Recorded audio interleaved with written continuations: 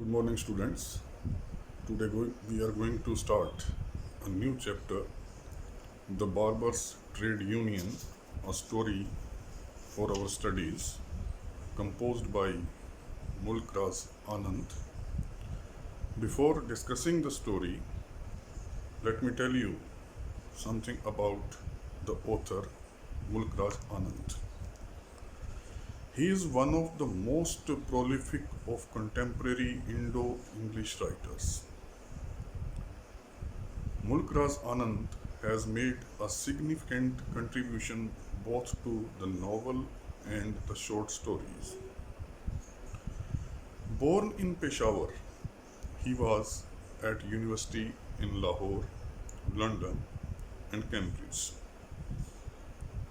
and has spent much of his life in England. But his main concern is the Indian scene, social, cultural, and political. His first novel, Untouchable, which deals with the evils of the caste system in India, was rejected by 19 British publishers and only accepted by the 20th one when E.M. Foster wrote a preface to it. Dr. Anand has received many honors. He is widely traveled, spends his time writing and attending various seminars, conferences as a distinguished man of letters. Whereas his stories are concerned, the stories reveal a lovely scene of humor, a keen eye for the foible of the people, and a warm compassion. Let us start with the story, The Barbers Trade Union. Among the makers of modern India, Chandu, the barber boy of our village, has a place which will be denied him unless I press for the recognition of his contribution to history. Author starts by saying that whereas the makers of modern India are concerned, there is a significant role of Chandu, a barber boy of his village. He says that whereas the recognition is concerned, recognition to the contribution of this particular boy, unless and until I write something about that boy, he will not be recognized. Chandu's peculiar claim to recognition rested, to tell the truth, on an exploit of which he did not know the full significance. Whereas the recognition of Chandu or the contribution of Chandu is concerned, it depends upon, to tell the reality, it depends upon an exploit a work of which he did not know the full significance. Even he himself did not know the proper importance of his work. But then, unlike most great men of India today, he had no very exaggerated notion of his own importance. Like other men, great men of India, he also was of the same nature. He did not know what was his importance, whereas the freedom of India, the struggle for freedom of India was concerned. Though he shared with them a certain native egotism which was sometimes disconcerting and sometimes rather charming. Though he did possess some of the features like other great men, features feel proud. Sometimes they were bad, sometimes rather good or pleasurable. I knew Chandu ever since the days when he wore a piece of rag in the middle of his naked, distended, belied body. He says that I was well aware, well known to Chandu from the very days when he used to wear mutilated clothes, torn clothes, in the middle of his naked, distended, belied body. The stomach was naked one, a torn cloth around the neck he used to wear. And when we wallowed together in the mire of the village lanes, playing, soldiering, shopkeeping, or clerking, and other little games which we invented for the delectation of our two selves and our mothers. He says that I know this man, this boy, since the days when we wallowed together. Wallowed together when we enjoyed together a particular time in the mire of village lanes, in the mud of the lanes of village, while playing, soldiering, shopkeeping, or clerking. Some other little games were also played by both of them. As the author says, we invented for the delectation of our two selves. Some other games were also invented by us for the delight, for pleasure, not only for us but also for our mothers, who alone of all the elders condescended to notice us. Whereas other elder people of the village were concerned, they were not angry, whereas our games were concerned. But whereas our mothers were there, they were also agreed. They used to notice us at play. Chandu was my senior by about 6 months. Chandu was elder to me 6 months. And he always took a lead in all matters. As he was elder to me, all the matters, all the games, all the topics, all the things we used to do, he always surpassed me.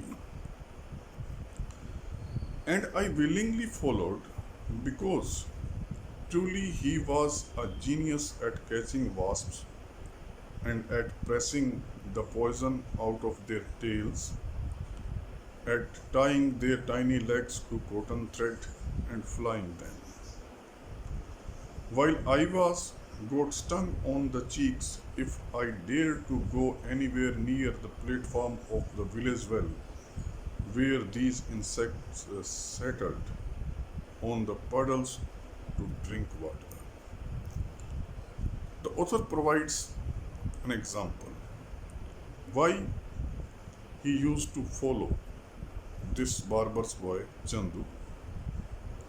He says that he was a genius at catching wasps. Wasps, a sort of insect. He was very much skilled in catching wasps, pressing poison out of their tails, tying cotton threads to the legs of these insects and make them fly. Talking about himself, the author says, while I always got stung on the cheeks if I dared to go anywhere near the platform of the village well.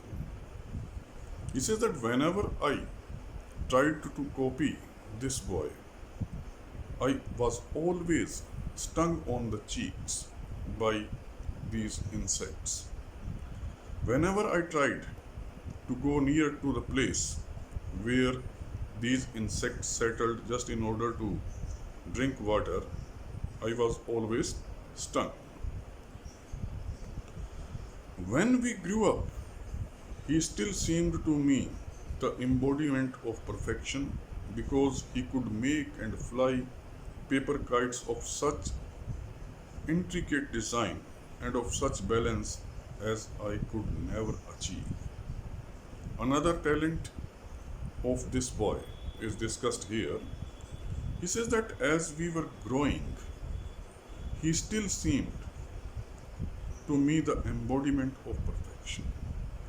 Still, it seemed to me that whereas this boy is concerned, he is perfect in everything. Another example, because he could make and fly paper kites of such intricate designs, he was so skilled that he could make paper kites of beautiful designs and he could fly them with proper balance. And talking about himself, he says that I could never achieve that success in doing this work. To be sure, he was not so good at doing sums at school as I was. Whereas schoolwork was concerned, especially that of the mathematics, he was not good in that as compared to the author. Perhaps because his father apprenticed him early to the hereditary profession of barber's caste. The reason behind it was that his father engaged him in the very profession of their caste, barber's caste, in an early age and sent him out hair cutting in the village, and he had no time for the home tasks which our school masters gave us. His father used to send him in the village just to cut the hair of the people, to shave them, and as a result, he was not having enough time to do the homework which was given to them by the school teachers.